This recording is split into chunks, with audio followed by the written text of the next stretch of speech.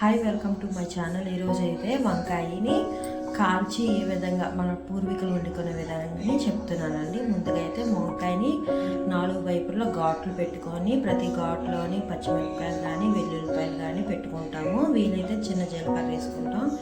ఇప్పుడు ఇలాంటి జల్లెడ్ టైపు ఉంటుంది కదండి, అలా దాన్ని తీసేసుకొని లేదంటే డైరెక్ట్గానైనా మనం స్టవ్ మీద వంకాయని టమాటాని కాల్చుకుంటామండి.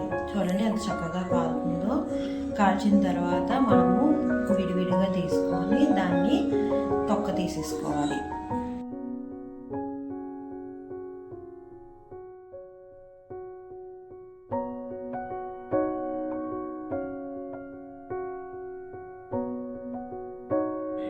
చూడండి చక్కగా పొగలుగా వస్తున్నాయి కదా, దీన్ని చక్కగా తొక్క తీసుకోవాలి. దాన్ని మళ్ళీ వాష్ చేయకూడదండి. చాలామంది తొక్క తీసిన తర్వాత వాష్ చేస్తారు. వాష్ చేసితే దాని టేస్ట్ అనేది మనకు తెలియదు.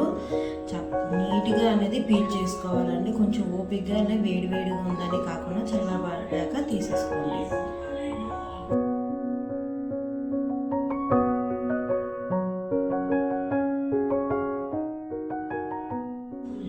ఇలా తీసుకున్న తర్వాత దాంట్లోనే ఎల్లుల్లిపాయ పచ్చిమిర్చి వేస్తాం కదా, జీలకర్ర.